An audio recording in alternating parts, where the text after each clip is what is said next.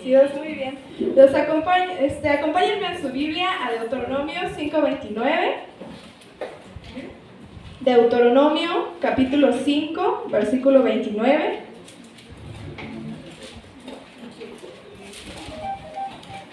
Se los voy a leer en otra versión. Y dice así: piensen siempre de la misma manera y me honren y cumplan mis mandamientos todos los días, para que tanto ellos como sus hijos tengan siempre una vida dichosa. Vamos a orar. Señor, en esta hora te doy gracias por este privilegio que me has dado compartir hoy a esta casa, Señor, a mi familia. Gracias, Padre Celestial, porque tú eres el único digno, el único que tiene que recibir toda la gloria y toda la honra. Que seas tú hablando a través de mí, Señor, y que esta palabra sea sembrada en el corazón de mis hermanos. Amén. Ok, yo creo que en algún momento nosotros hemos escuchado la palabra convicción. Levanta la mano quien ha escuchado la palabra convicción. Convicción. Muy bien. Ahora, levante la mano quien sabe qué es la palabra convicción. Muy poquitos saben lo que es la palabra convicción. Algunas veces cuando decimos que digan el significado de la palabra convicción, comúnmente nos dan un pequeño resumen de lo que es y nos dicen que es estar convencidos. Y realmente sí es un buen significado para la palabra convicción. Pero cuando nosotros resumimos el estar convencidos, estamos dejando de lado todo un proceso. Cuando alguien te quiere vender algo y te quiere convencer para que le compres algo, te da muchas razones que es bueno, porque lo necesitas. Te da muchas razones para que te convenzan. Entonces, estar convencido es sinónimo o podría ser un significado de convicción. Estar convencido es que posees las razones suficientes para tener cierto pensamiento. Y estar convencido es tener la seguridad sobre tu pensamiento. Por ejemplo, todos sabemos qué es esto. ¿Qué es esto? Un tenedor. Ok, todos sabemos que es un tenedor. Todos estamos convencidos de que esto es un tenedor. ¿Cierto o no? ¿Por qué? Porque en algún momento de nuestra vida, cuando estábamos pequeños, alguien nos dijo, esto es un tenedor. Pero también nos enseñaron cómo se ocupa este tenedor. Pero si alguien llega y nos dice, esto lo puedes utilizar para comer sopa aguada, sopa con caldo, ¿podríamos hacer eso con este tenedor? ¿Por qué no? Se cae todo el caldito. Muy bien. Pues exactamente así nosotros, cuando tenemos una convicción en algo, el pensamiento que tenemos acerca de este tenedor nunca va a cambiar. ¿Sabe? Si alguien nos dice, no, pues es que sí se puede, no se puede, nosotros sabemos que es un tenedor y que no podemos comer sopa aguada con el tenedor. ¿Por qué? Porque sabemos que es el tenedor y nosotros hemos experimentado, hemos comido con el tenedor y sabemos que no pasa, que se cae el líquido a través del tenedor. Ok, ahora, por ejemplo, esto es un micrófono. Si alguien me dice que esto es una cuchara, ¿ustedes creerían que es una cuchara? No. ¿Por qué? Porque sabemos que es un micrófono, hemos utilizado el micrófono, sabemos cómo es un micrófono. Pues la convicción que tenemos en Dios debería ser igual. Sabemos quién es Dios, deberíamos conocer quién es Dios, deberíamos poner en práctica lo que Dios nos enseñó, y en el momento de la prueba, cuando alguien te confronta, o en el momento de la prueba, cuando tú crees dudar, es ahí, como ahorita dijiste, es un tenedor, es un micrófono. Nosotros deberíamos de decir, yo sé quién es Dios, yo sé que Él hará la obra, aunque yo no pueda ver, así con esa seguridad de que ustedes me dijeron que este es un tenedor. Pero muchas veces dudamos de la convicción que tenemos en Dios, de esa confianza que tenemos en Dios. No sé si en algún momento llegaron a ver la película de La Sirenita, sí, cuando le dan un tenedor. ¿Cómo ocupa el tenedor la sirenita? como cepillo, ¿no? O sea, lo ocupa como cepillo. En algún momento, yo me imagino, ¿no? Que si hubiera parte 2, 3 de la película, yo creo que alguien le hubiera dicho, no, pues es que ¿quién te dijo que esto es un cepillo? ¿No? Es un tenedor. Pero en la actualidad, hay gente que cree más en su emoción que en su convicción. Y es por eso que el tema de hoy, el título de esta prédica es, ¿eres un cristiano por convicción o por emoción? Las emociones son provocadas por algo y además tienen una corta duración. Y en algún momento de nuestra vida, tener alguna emoción nos provoca reaccionar de alguna forma. Nos lleva a tener algunas acciones. Por ejemplo, se ha puesto muy de moda esas noticias de que la gente que hoy se siente perro, eso lo hace feliz. Esa emoción le está llevando a tener esa acción. Hoy me siento feliz y como me siento feliz, voy a ser un perro y ser un perro me hace feliz. Pero mañana se siente triste y ya no quiere ser perro, ahora quiere ser un gato. Y ser gato el día de hoy lo hace feliz. Esas personas carecen de convicción. ¿Por qué? Porque no están convencidos ni siquiera de lo que son. A esas personas les hace falta convicción. ¿Por qué? Porque no tienen la seguridad de quiénes son ellos. Y es bien triste porque no solo pasa allá afuera. Muchas veces tenemos a cristianos dentro de las iglesias viviendo por emociones y no por convicciones. ¿Y a qué me refiero con esto? A que a veces me siento feliz y cuando me siento feliz vengo a la iglesia y vengo y alabo y brinco, pero en la semana nos olvidamos. En la semana ni nos acordamos. Nada más fue la emoción del momento, que hoy estuvieron muy buenas las alabanzas, pero en mi casa me olvido. Entra el trabajo, los quehaceres, los hijos. Eso provoca muchas veces que seamos cristianos por emociones y no por convicciones. Yo lo veo a veces muy claro en los eventos que se hacen a veces de jóvenes. Muchos jóvenes van al evento y los ves llorando con el moco hasta por acá, o sea, los ves entregados, los ves que el Espíritu Santo los toca, pero llega el lunes, martes, miércoles y se olvidan de lo que escucharon en ese evento. Se olvidan de la palabra, se olvidan de la satisfacción que es que el Espíritu Santo te toque y siguen viviendo su vida como siempre. Eso es ser un cristiano por emoción. Pero ¿cómo vamos nosotros a generar, cómo nosotros vamos a ser un cristiano por convicción? Bueno, número 1, tenemos que saber quién es Dios. Saber, pero también conocer quién es Dios. Son dos palabras distintas. Ustedes saben quién soy yo, pero muy pocos conocen verdaderamente quién soy yo. Lo mismo pasa con todos, saben quién es Jafet, pero muy pocos realmente conocen quién es Jafet. Lo mismo pasa con los cristianos. Quizá algunos saben quién es Dios, pero muy pocos conocen quién es Dios verdaderamente. Así que acompáñenme a Juan, al Evangelio de Juan, capítulo 14, versículo 6. Juan 14, versículo 6. Y dice así: Jesús le dijo: yo soy el camino, la verdad y la vida. Nadie viene al Padre si no es por mí. Retrocedamos un poquito en Juan 8. Juan 8, 31 y 32. Juan 8, 31 y 32. Y dice así: dijo entonces Jesús a los judíos que habían creído en él: si vosotros permanecéis en mi palabra, seréis verdaderamente mis discípulos y conoceréis la verdad, y la verdad os hará libre.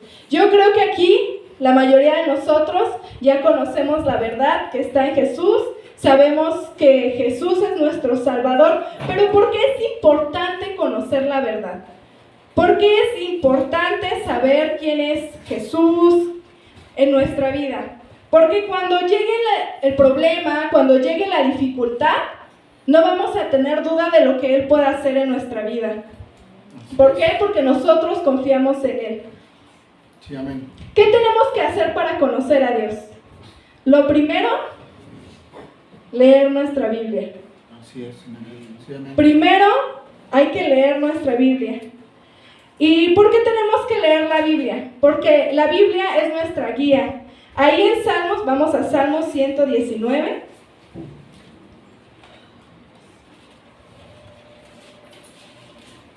Salmos 119, 105. Dice así: lámpara es a mis pies tu palabra y lumbrera mi camino. La palabra nos va a guiar, la palabra va a guiar nuestra vida. Nosotros tenemos que conocer a Dios a través de la Escritura, sus cualidades, sus proezas, todo lo que hizo Dios y lo que ha hecho, lo encontramos aquí, en la Biblia, sus proezas, sus cualidades. Nuestra vida tiene que estar cimentada en la Biblia. Para conocer a Dios, tenemos que leer nuestra Biblia. Sí, amén. Acompáñenme a Juan 17, 17.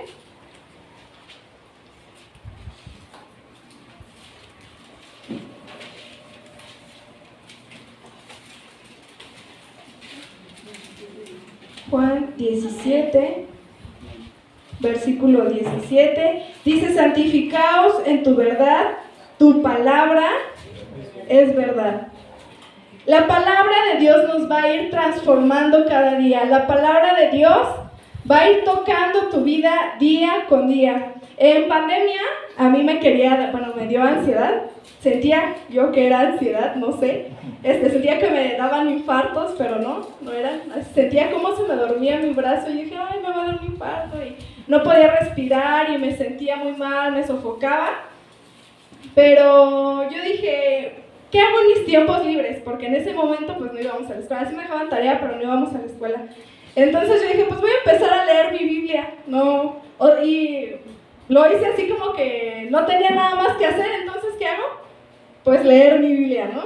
O sea, yo dije, pues, en ese momento creo que tampoco tenía internet, entonces invertí mi tiempo en esto. Y gracias a la pandemia, tristemente a la pandemia, y gracias a que leí la Biblia en ese periodo, estoy aquí. Amén, gloria a Dios. Porque si no hubiera pasado eso, yo creo que seguiría ahí disfrutando del mundo, o no disfrutando, según yo creyendo que disfruto, pero hay que leer nuestra Biblia. Y es bien triste porque les voy a dar una estadística que dice que un mexicano lee 3 libros al año. Un mexicano lee 3 libros al año. A diferencia de países como Finlandia, que Finlandia es el primer país en nivel educativo, ellos leen 47 libros al año. ¿Y un cristiano cuántos libros de la Biblia lee al año? ¿Toda la Biblia? ¿O van a hacer lo que yo? Tristemente, ahorita ya estoy tratando de cambiar ese mal hábito que tengo. Empezaba a leer un libro y después no lo terminaba y me iba a otro. Y nunca los terminaba. Entonces ahora lo que he hecho es nada más leer un libro, y cada que termino de leer el libro, como mi Biblia no es de estudio, yo le pongo notas. Le pongo quién lo hizo, cuál es como el pasaje principal, o cualquier notita, las voy poniendo, ¿no? Apenas van 3. He leído la Biblia, pero la he leído así como que revuelta. Entonces ahorita me estoy dando la tarea de leer todos los libros completos. Hasta que no termine un libro, me prohibí leer otro libro. ¿Por qué? Porque eso a veces se hace un mal hábito. Estar leyendo aquí y luego estar leyendo acá, y después incluso hasta si somos muy distraídos podemos confundir las historias, ¿no? Ya después vamos a decir que Moisés metió los animales en el arca y que Sansón mató a Goliat. Entonces les paso el tip. Es bueno leer los libros, tratar de leerlos también en orden, hacer notas. Y les comento que aquí en la Biblia pues encontramos, ¿no?, lo que son las proezas de Dios, las cualidades de Dios. Hace 8 días, si no mal recuerdo, yo les decía a los jóvenes, ¿no?, en la Biblia podemos encontrar todas las cualidades de Dios. Y yo les decía, alguna cualidad que Dios tenga, no, pues que es grande, es fuerte, o sea, todas las cualidades de Dios, todo lo que Dios ha hecho, todas sus promesas, las vamos a encontrar en la Biblia. Pero ¿cómo vamos a conocer a Dios? ¿Cómo vamos a generar una convicción en Dios si nosotros no leemos y no le conocemos?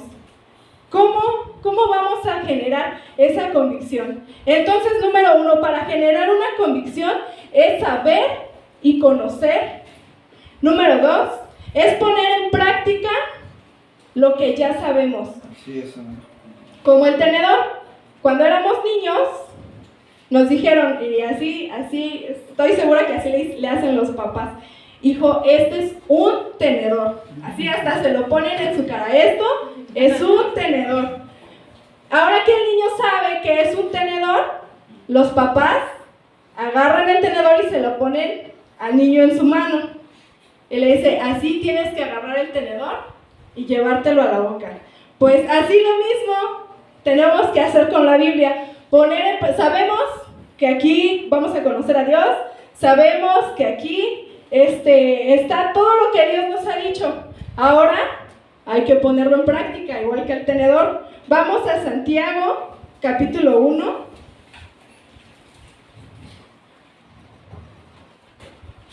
A Santiago,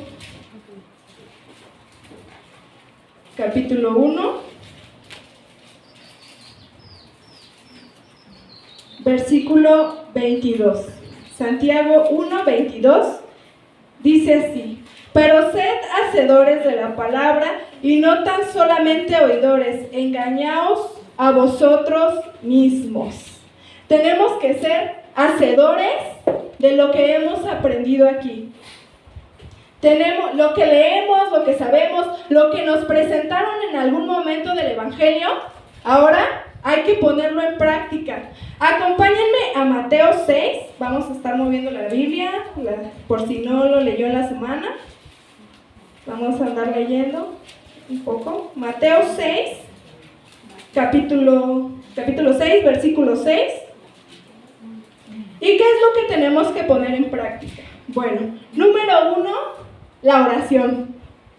En la Biblia dice que tenemos que orar. Y en Mateo 6, versículo 6, dice así: mas tú, cuando ores, entra en tu aposento y cerrada la puerta, ora a tu Padre que está en lo secreto, y tu Padre que ve en lo secreto te recompensará en público.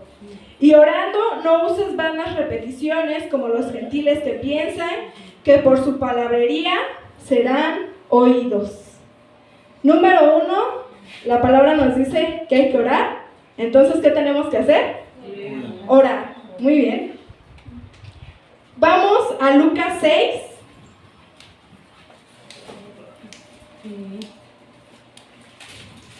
Lucas 6, versículo 32. Y de ahí nos saltamos al 35. Lucas capítulo 6, versículo 32. Y de ahí nos saltamos al 35. Y dice así: porque si amáis a los que os aman, ¿qué mérito tenéis? Porque también los pecadores aman a los que los aman. 35. Amad pues a vuestros enemigos y haced el bien, y prestad, no esperando de ello nada, y será vuestro galardón grande, y seréis hijos del Altísimo, porque Él es benigno para con los ingratos y malos. La segunda parte que tenemos que poner en práctica es: si tú conoces al Dios de amor, ¿qué tenemos que hacer? Amar. Y me sorprende lo que dice el versículo 32, que dice: ¿qué mérito tiene amar a los que te aman? Pues es bien fácil amar a los que te aman, porque les caes bien, te caen bien, pero prácticamente dice, el reto está en amar a los que te aborrecen. en amar a los que en algún momento te hicieron algo, dañaron tu corazón, dijeron por ahí te dieron la puñalada por la espalda. Ese es el reto que Dios nos da.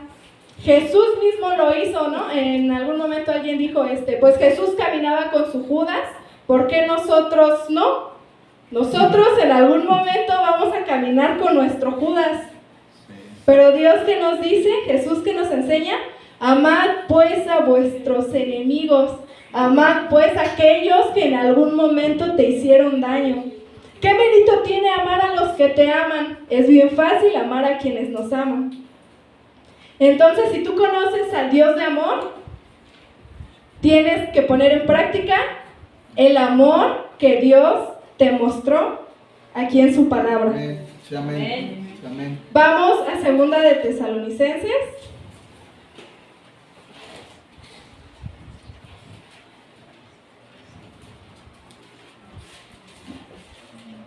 Segunda de Tesalonicenses 3:3 y dice así: pero fiel es el Señor que os afirmará y guardará del mal. Segunda de Tesalonicenses 3:3. Si conoces al Dios fiel, ¿qué tenemos que hacer? Fieles. Fieles al Señor, fieles los que están casados a sus esposas, pero también fieles a nuestra congregación. Tenemos que venir a nuestra casa, no andar en todos lados.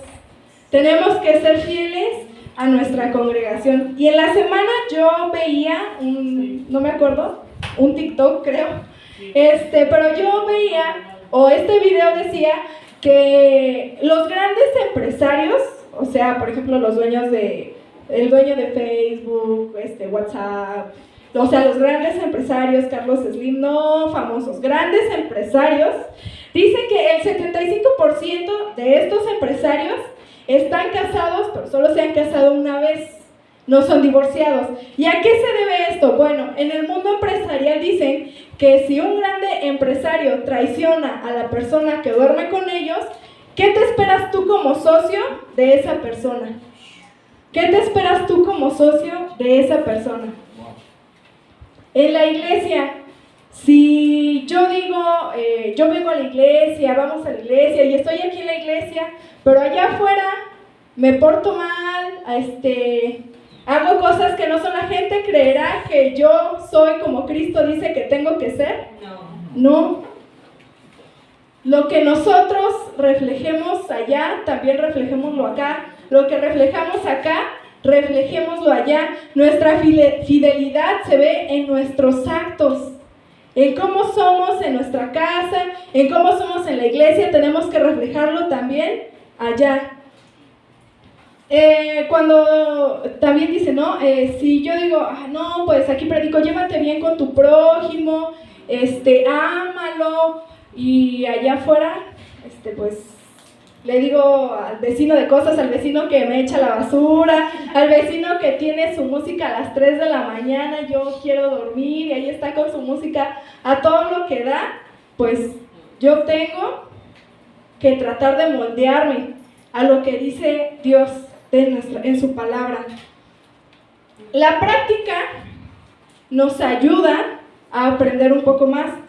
Lo que la práctica se ha enseñado, lo que se hace en la práctica es lo que ya te enseñaron y lo que tú conoces. Sí, así es.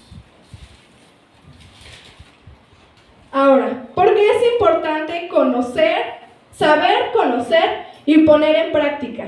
Porque cuando alguien llegue y te diga que puedes comer sopa aguada con el tenedor, tú vas a decir que no. Ahora, ¿por qué es importante saber, conocer y poner en práctica lo que Dios ya te ha dicho? Porque cuando llegue la prueba, cuando llegue la dificultad, tu confianza va a estar en Dios. Tú vas a estar seguro de lo que Dios va a hacer, aunque en el momento te las veas bien duras, pero tú vas a estar convencido de lo que Dios va a hacer en tu vida. La convicción se demuestra cuando se pone en práctica. pero se pone en práctica también probando, confrontando o poniéndonos en una situación difícil. La convicción se prueba, ahora sí que en las pruebas, en los problemas, en las situaciones difíciles.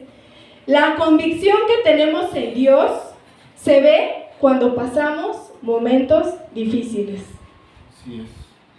Y no sé si en algún momento algunos de ustedes han conocido a cristianos que vienen al templo, se apasionan, pero poco a poco se van alejando.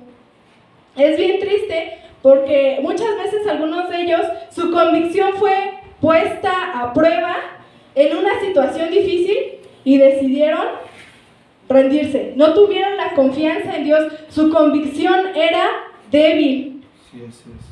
Quizá venían porque querían ver al hermano, quizá venían porque los domingos se sentían bien, nada más los domingos, pero en la semana vivían como querían. El cristiano de verdad se ve en la prueba y en el problema, Así es. en la dificultad. La fe verdadera se ve en la prueba y en el problema.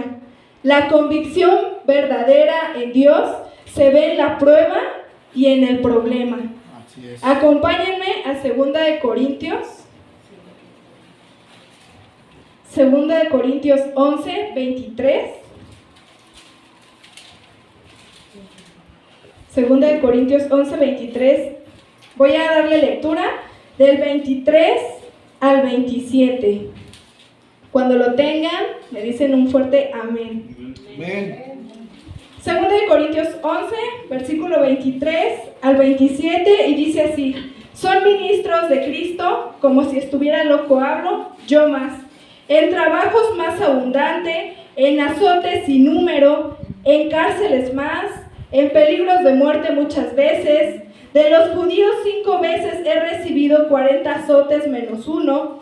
3 veces he sido azotado con varas, 1 vez apedreado, 3 veces he padecido naufragio, 1 noche y 1 día he estado como un náufrago en alta mar, en caminos muchas veces, en peligros de ríos, peligros de ladrones, peligros de los de mi nación, peligros de los gentiles, peligros de la ciudad, peligros en el desierto, peligros en el mar, peligros entre falsos hermanos, en el trabajo y fatiga, en muchos desvelos, en hambre y sed, muchos ayunos, en frío y en desnudez.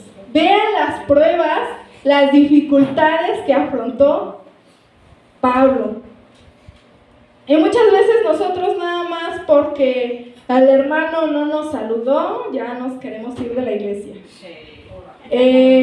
Nada más porque el hermano se va sin despedirse, ya no me quiere, y que pastor, lo acusamos con el pastor, ¿no? Y todavía, ¿no? Estamos ahí como que no, le hace falta Cristo en su corazón. Pero no, también nos hace falta Cristo en nuestro corazón. Si Él no se despide, despídete tú. Así es. No, o sea, a veces nosotros pecamos, Dios nos perdonó, pero en lugar de como hermanos nos levantemos, ahí andamos, el hermano, no, pues que no, hay que levantarlo, hay que ayudarle. Si Dios ya le perdonó, pues Dios lo perdonó. Nosotros no somos Dios para decir, no, sí te perdono, estás exento de... No, Dios es el único que nos da el verdadero perdón. Y si Dios ya te perdonó, ya no te sientas culpable. Dios ya te perdonó.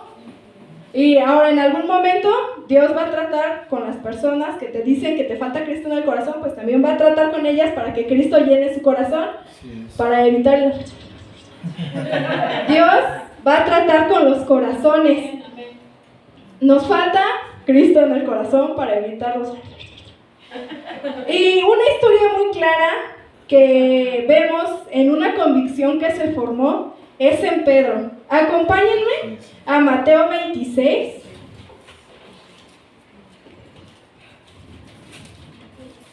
Mateo 26. Mateo 26, versículo 35. Mateo 26, versículo 35. Y dice así: Pedro le dijo: aunque me sea necesario morir contigo, no te negaré. Y todos los discípulos dijeron lo mismo. Aquí tenemos a un Pedro quizá llevado por sus emociones, a un Pedro que en ese momento a lo mejor se sentía bien, se sentía, no sé si alegre, impactado por la noticia, pero ¿qué dice? Si me es necesario, voy a morir contigo, Señor. Y yo creo que muchas veces nosotros así somos cuando nos sentimos bien y no pasa nada. Dios, gracias, te amo, te voy a seguir toda la vida. Aquí Pedro le estaba diciendo eso: si me es necesario, voy a morir por ti. Pero acompáñenme más adelante, unos versículos más adelante, ahí al versículo 69.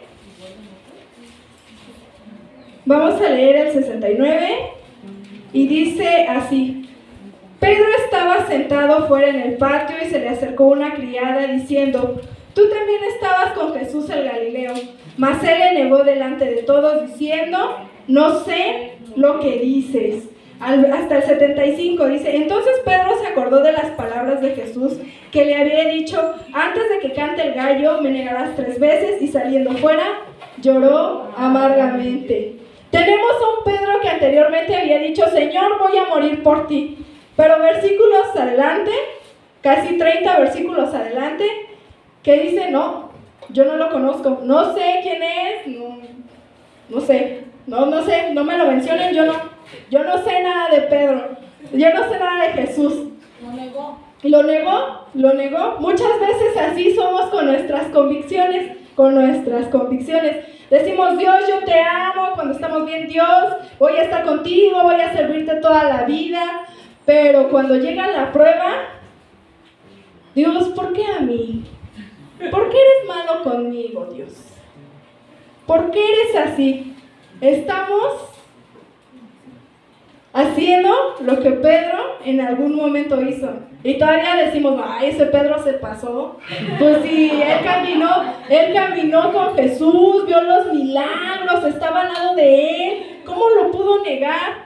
Pues lo mismo que Pedro. Entonces, Jesús está contigo, camina contigo, en tu vida ha hecho milagros, y en el momento de la prueba, no sé quién es Dios, porque mi prueba parece ser más grande que mi Dios.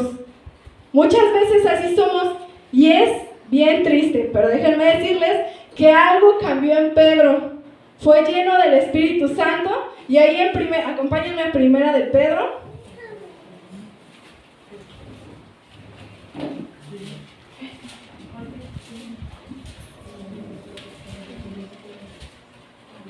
A Primera de Pedro, capítulo 1, versículo 6 y 7, y dice: en cual vosotros os alegréis, aún ahora por un poco de tiempo, si es necesario, tengáis que ser afligidos en diversas pruebas, para que, sometida a prueba vuestra fe, mucho más preciosa que el oro, el cual, aunque perecedero, se prueba con fuego, se halla hallada en alabanza, gloria y honra cuando sea manifestado Jesucristo. Más adelante tenemos a Pedro diciendo: va a haber problemas, pero tranquilos, que Jesucristo tiene el control. Amén. Tranquilos, porque Dios tiene el control. Y es que muchas veces nosotros pensamos que nuestro Dios no va a poder con las pruebas. Nos andamos quejando. ¿Pero por qué? Porque nos hace falta estar convencidos verdaderamente quién es Dios. Nos hace falta tener una verdadera convicción en Dios. ¿Y por qué dudamos si nuestra Biblia nos dice quién es Dios?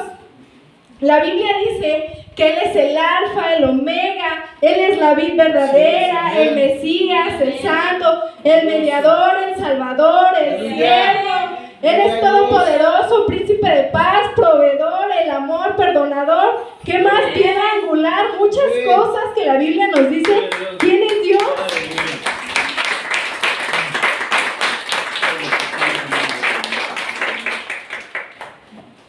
Y muchas veces el cristiano no se la cree.